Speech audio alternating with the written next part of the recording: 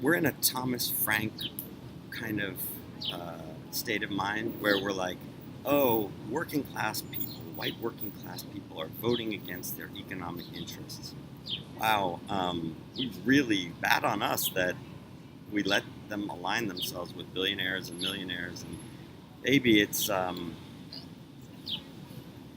seems to me that the recommendation that emerges from that is, well, I guess we lost them on all that fringe cultural politics, identity politics, which we allowed ourselves to be deflected and distracted from the real politics, which is economic politics.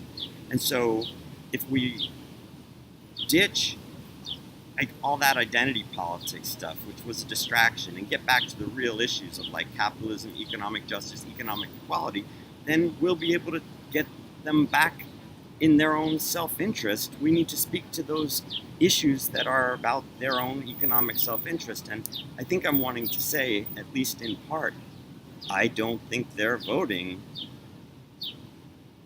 about their economic self-interest one way or another. I think they care deeply about the cultural politics. It's not a distraction for them. It's their primary investment.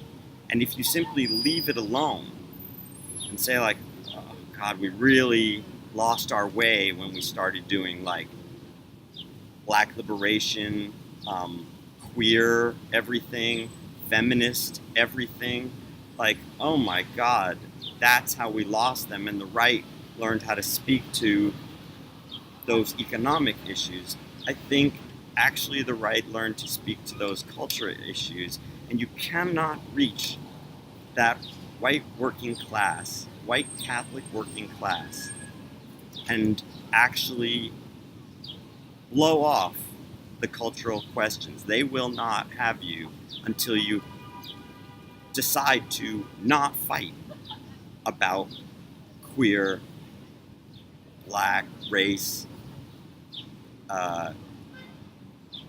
and gender politics. If you yield on feminism, queer life, race emancipation politics, I think you've actually yielded on everything I care about most. So it's not a victory to win them back to their economic self-interest and just happen to just stay quiet about those issues. Those are the core issues. They're not peripheral issues. Economic issues, sure, but I don't even like the way the left talks about economic issues, and I certainly don't like the way the Pope talks about economic issues, which is never about emancipatory politics. It's always about a kind of justice politics linked to modesty, where it's against greed. So again, you're back to a kind of politics of self-sacrifice, a cultural politics that is fundamentally conservative in the sense that it's about restraint and self-discipline and responsibility and control. And there's a cultural politics to all of it, including the economic politics, because it's about control versus freewheeling, materialistic greed. That's where I think we should fight it out on all the culture fronts. Could we win there? I think we could, but not if we don't fight, not if we say we scuttle that stuff and come back to just economics. It's like, well, you just actually joined the right, fundamentally.